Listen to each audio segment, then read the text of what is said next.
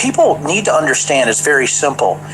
Them radicalizing people towards violence, which is what they did, when they did that, it was a negotiation technique to throw the election back. That's all it was.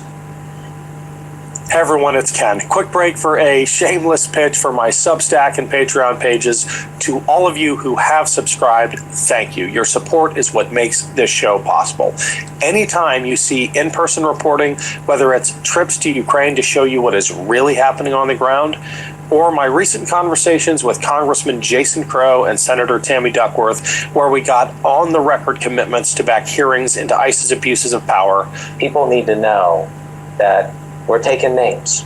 All of this only happens with your support. Every dollar that comes in through Substack and Patreon goes back into this show. And with the holidays coming up, you can give gift subscriptions as well. The links are below.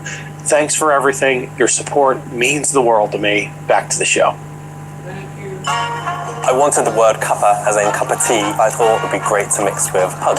When I saw the domain was available, I was like, I'm taking it, I'm trademarking it, I'm going with it. Hi, I'm Aaron, I'm the owner of Cup of Pug. We are not a traditional cafe. When I saw Cup of Pug go live, that's when it all clicked. Well, and the fact that they would go back and forth, what was it? Well, Trump never really said to storm the Capitol. He said be peaceful, but he said we got to take it back.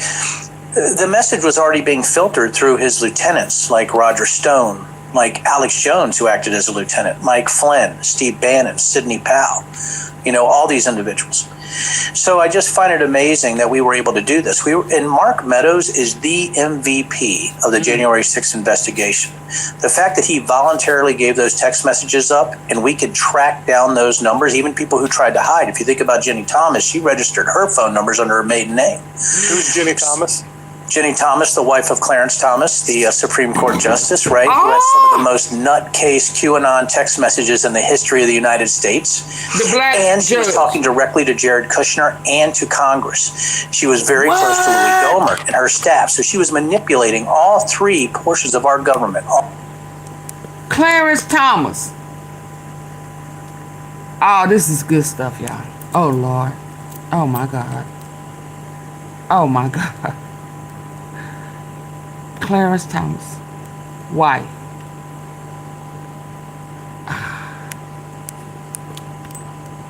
And with Jared Kushner. The fact that he voluntarily gave those text messages up and we could track down those numbers, even people who tried to hide. If you think about Ginni Thomas, she registered her phone numbers under her maiden name. Who's Ginni Thomas?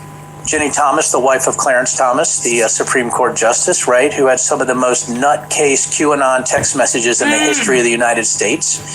And she was talking directly to Jared Kushner and to Congress. She was very close to Louis Gohmert and her staff. So she was manipulating all three portions of our government, all three.